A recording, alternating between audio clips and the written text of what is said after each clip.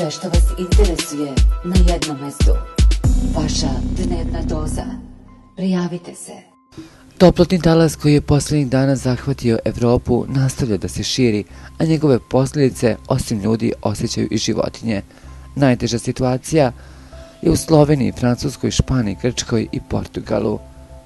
Veliki požar na slovenačkom krasu i dalje se širi uprkos velikim naporima vatrogasaca u gašenju iz vazduha, a do smirivanja bi moglo doći sljedeće sedmice kada meteorolozi očekuju veće padavine na tom području.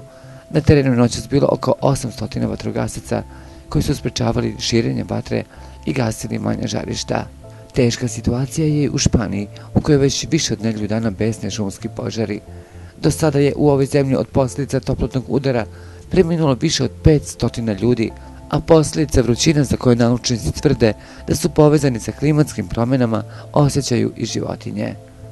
Širom Evropske unije u požarima ove godine spaljeno je više od 517.000 hektara, što je jednako površini Trinidada i Tobaga, objavila je služba Evropske unije za satelitsko praćenje. EFES je rekao da bi Evropa mogla završiti 2022. godinu sa više spaljene površine nego 2017. godine. Do sad najgore godine, kada je u šumskim požarima bilo uništeno gotovo 1.000.000 hektara.